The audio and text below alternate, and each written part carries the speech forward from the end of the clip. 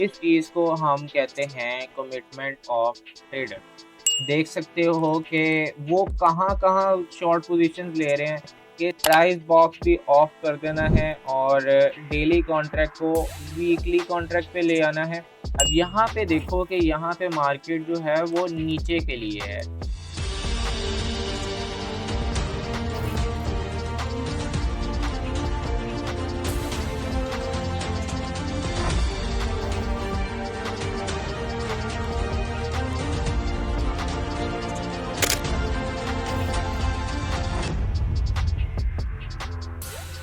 तो हम चलते हैं अपने सीओटी कॉन्सेप्ट पे। ठीक है, सीओटी कॉन्सेप्ट क्या है और इसको कैसे यूज़ करते हैं। तो हमारे पास आता है आपका वन एंड ओनली कॉन्सेप्ट जिसको हम कहते हैं सीओटी। अपने टॉपिक को हम स्टार्ट करने जा रहे हैं। सीओटी बेसिकली हमारे पास होता है कमिटमेंट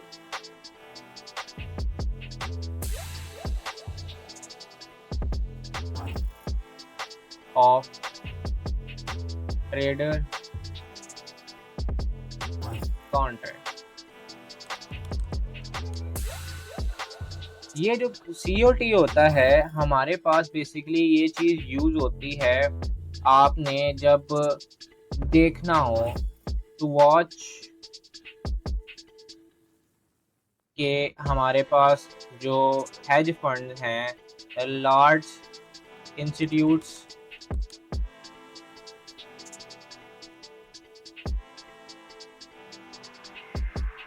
कहाँ पे ट्रेड कर रहे हैं। आपके पास जो मिड लेवल इंस्टीट्यूट्स हैं वो कहाँ पे ट्रेड कर रहे हैं।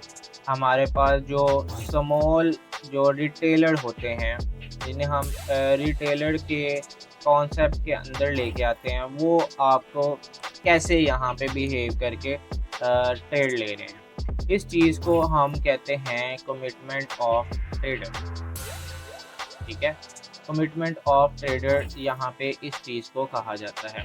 ठीक है, अब यहाँ पे एक चीज़ देखने वाली है बहुत ज़्यादा इम्पोर्टेंट है, वो ये है कि हमने कमिटमेंट ऑफ ट्रेडर को तो देखा लेकिन इसकी ज़रूरत क्यों है। ठीक है, यूजेज इसका क्या है। आपका ये जो यूजेज आता है जब भी कोई एसेट आपके पास ऑल टाइम हाई लगाता है, ऑल टाइम हाई जो लगाता है, ठीक है, जब वो कोई भी एसिड ऑल टाइम हाई लगाता है तो ऑल टाइम हाई लगाते वक्त आपके ऊपर के कोई रेजिस्टेंस लेवल्स अवेलेबल नहीं है। हम मेजर कर सकते हैं हायर टाइम फ्रेम से लेकिन एक्चुअली जो रिटेलर्स होते हैं उनको नहीं पता चलता कि रेजिस्टेंस लेवल हमारे पास कहाँ पे अवेलेबल। तो आप सिर्फ आइडिया लेते हो, कहाँ से आइडिया लेते हो आप सीओटी के कॉन्ट्रैक्ट से, और सीओटी कॉन्ट्रैक्ट से आइडिया लेके आपको ये पता चलता है कि बड़े बड़े जो बैंक्स हैं वो आपके पास लॉन्ग पोजीशंस ले रहे हैं या फिर आपके पास जो बड़े बड़े बैंक्स हैं वो हमारे पास शॉर्ट पोजीशंस ले रहे हैं।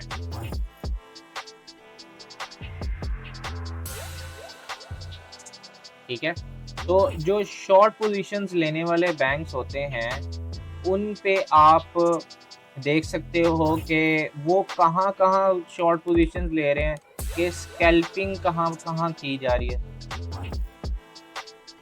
ठीक है, और लॉन्ग पोजीशन लेने वाले जो ट्रेंड के साथ चल रहे हैं तो वो किस बेसिस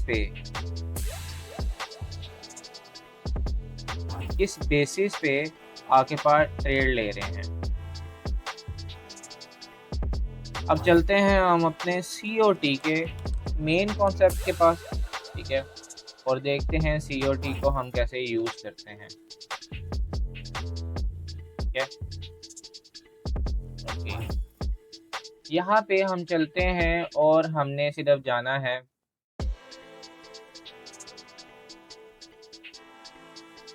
barchart.com पे। ठीक है, barchart.com पे जब हम जाएंगे तो आपको कुछ ऐसा इंटरफेस मिलेगा।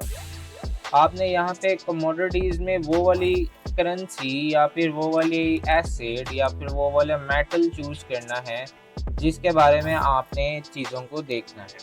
जैसे हम गोल्ड के बारे में देखना चाह रहे हैं, गोल्ड पे गए और गोल्ड का जो सबसे ओपन इंटरेस्ट में आपने देखना है कि सबसे बड़ा जो कॉन्ट्रैक्ट अभी चल रहा है, सबसे बड़ी लार्ज अमाउंट में जो चीज़ चल रही है वो हमारे पास ये वाला कॉन्ट्रैक्ट है जो कि अभी चल रहा है। तो आपने इस पे क्लिक आउट कर देना। इस पे क्लिक करने के बाद आपने ट्रेडिंग एनालिसिस के या फिर स्नैपशॉट के चार्ट पे चले जाना है। यहाँ पे कुछ ऐसा इंटरफेस आपको आ रहा होगा, आपने इस इंटरफेस से घबराना नहीं है। आपने यहाँ पे जाके कैंडल स्टिक और यहाँ पे जाके वॉल्यूम ऑफ कर देना है, प्राइस बॉक्स भी ऑफ कर देना है और डेली कॉन्ट्रैक्ट को वीकली कॉन्ट्रैक्ट पे ले आना है और इसको आपको फिर ऑफ करना पड़ेगा। और यहाँ पे आप 3 इयर्स का डाटा देखना चाह रहे हो और यहाँ पे आपने जो चीज़ मेन चीज़ सेलेक्ट करनी है, यहाँ पे कमिटमेंट ऑफ ट्रेडर डिग्रेडेटेड भी लिखा हुआ है, फाइनेंशियल ट्रेडर रिपोर्ट भी लिखा हुआ है, लेकिन हमने कमिटमेंट ऑफ ट्रेडर्स पे क्लिक करना है। ठीक है, यहाँ पे करके आपने ड्रॉ चार्ट पे क्लिक कर देना है। अब यहाँ पे अगर मैं थोड़ा सा जूम आउट करूँ, ठीक है, थोड़ा सा जूम आउट किया जाए तो यहाँ पे मैं एक्सप्लेन करूँ कुछ चीज़ें कि आपके पास सबसे पहली चीज़ जो आती है वो आपके पास क्या है। सबसे पहली चीज़ है आपके पास कमर्शियल्स। ये वो प्राइवेट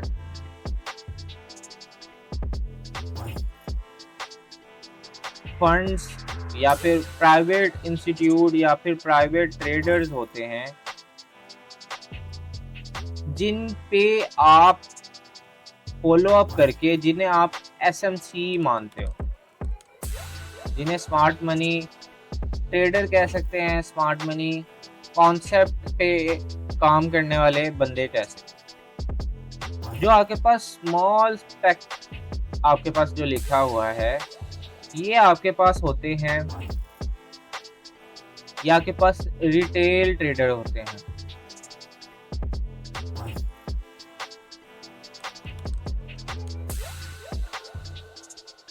रिटेल ट्रेडर कौन से, जो कि आपके पास कभी ट्रेंड के साथ चलते हैं, कभी ट्रेंड के अगेंस्ट चलते हैं।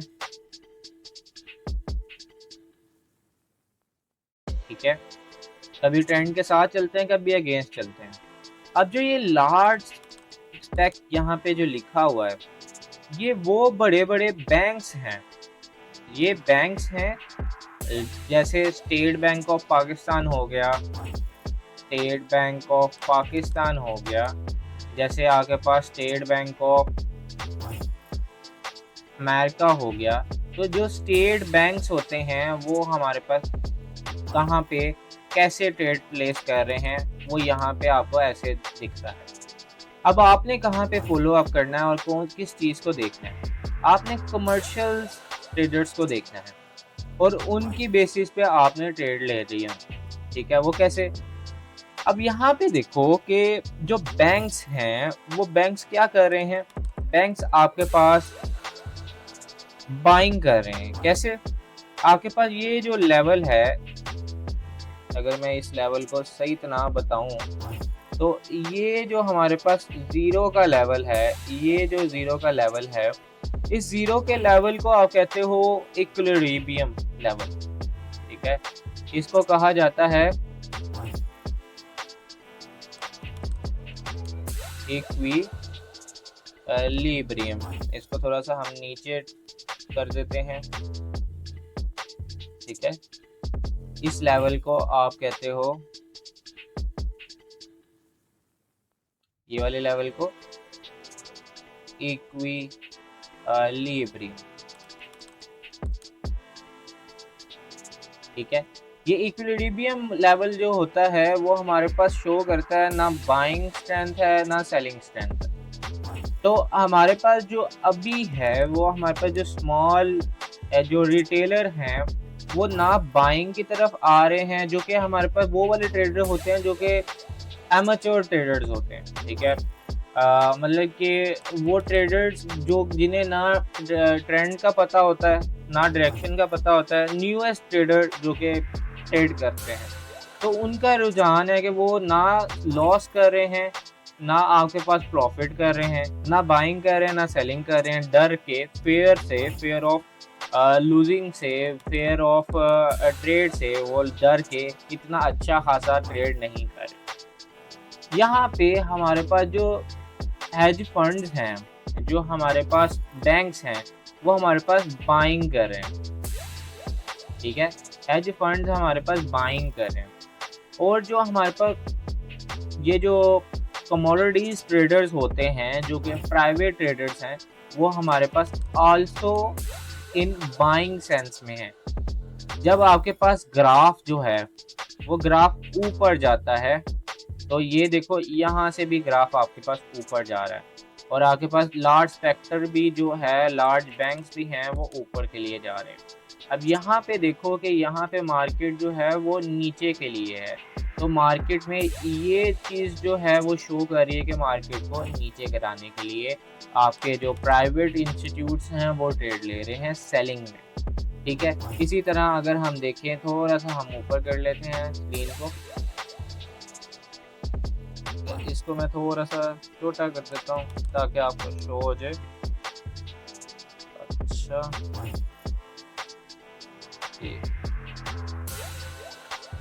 ठीक है, ओके।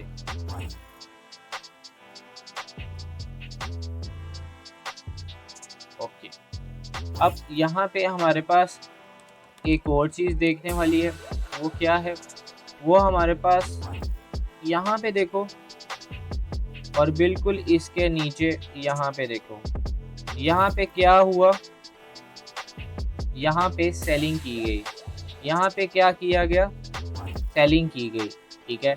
अब बाइंग जब देख रहे हो तो ग्राफ जो है वो ऊपर जा रहा है, तो इसी तरह आपके पास ग्राफ जो है वो ऊपर जा रहा है, ठीक है। इसी तरह जब मार्केट ने ब्रेकआउट दिया है, तो यहाँ पे आप देखो, यहाँ पे क्या है, यहाँ पे ग्राफ जो है वो नीचे की जानिब है, और ये वाला ग्राफ जो है आप देखो थोड़ा सा वक्फे के साथ नीचे के जानिब। तो मसला यहाँ पे ये है कि आपने सिर्फ ये चीज़ फाइंड आउट करनी है कि लार्ज फंड्स और हेज फंड्स इस एसेट में, गोल्ड में बाइंग की तरफ इंटरेस्टेड हैं या फिर सेलिंग की तरफ इंटरेस्टेड है। तो इसके लिए ये चीज़ आप इफेक्टिवली यूज़ कर सकते हो। इस चीज़ को यूज़ करके बहुत ही ज़्यादा बेनिफिट होता है। आप ट्रेड और ट्रेंड का एनालिसिस कर सकते हो कि ट्रेड और ट्रेंड कैसे आप फाइंड आउट कर सकते हो। आप सिर्फ अपने लार्ज जो इंस्टीट्यूट्स हैं उनको देखो, और आपके पास जो कमोडिटी ट्रेडर्स हैं उनको ऑब्जर्व करो, ठीक है। ये हमारे पास गोल्ड पे हो गया। हम एक और एसिड पकड़ते हैं और उस एसिड पे हम ये चीज़ देखते हैं। हम पकड़ लेते हैं, किसी करेंसी को पकड़ लेते हैं, जैसे यूएस डॉलर का इंडेक्स है। अब यूएस डॉलर के इंडेक्स पे अगर हम जाएं और वहाँ पे देखें कि हमारे पास सबसे बड़ा जो अभी चल रहा है ओपन इंटरेस्ट वॉल्यूम, यहाँ पे हमारे पास ये दिसंबर वाला चल रहा है। इस कॉन्ट्रैक्ट पे गए, स्नैपशॉट पे गए, स्नैपशॉट ट्रेडिंग पे, तो हमारे पास क्या है, यहीं पे वो चीज़ हमें सिलेक्ट करनी पड़ेगी, ठीक है। यहाँ पे वीकली कॉन्ट्रैक्ट और यहाँ पे वॉल्यूम ऑफ, प्राइस ऑफ, और हमारे पास ये 3। इसके साथ साथ हमारे पास ये हमने कमिटमेंट ऑफ ट्रेड्स को क्लिक करना है, तो हमें यहाँ पे मिल जाएगा वीकली कॉन्ट्रैक्ट, ठीक है, ठीक हो गया। अब यहाँ पे एक चीज़ ऑब्जर्व करो, ठीक है, मैं थोड़ा सा और इसे जूम आउट कर रहा हूँ ताकि आपको सही तरह नज़र आए। अब ये चीज़ ऑब्जर्व करो कि हमारे पास जो मार्केट का रुझान है, मतलब कि मार्केट का ट्रेंड है, वो बेरिश है। यूएस डॉलर की जो हमारे पास वर्थ है वो हमारे पास कम हो रही है, ठीक है। जब यूएस डॉलर की वर्थ हमारे पास कम होती है, तो इसके साथ एसोसिएटेड जो हमारे पास करेंसी पेयर्स होते हैं, जैसे यूरो यूएसडी है, उसके साथ हमारे पास GBP USD है, इसके साथ साथ हमारे पास कैड USD है।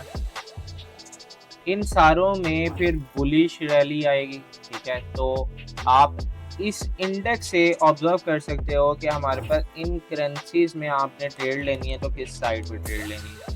अभी यहाँ पे देखो कि लार्ज हेज फंड जो थे वो हमारे पास बहुत ज़्यादा क्या कर रहे थे, बहुत ज़्यादा हमारे पास बाइंग कर रहे थे। लेकिन आपने जो चीज़ देखनी है वो क्या चीज़ देखनी है, कमर्शियल्स।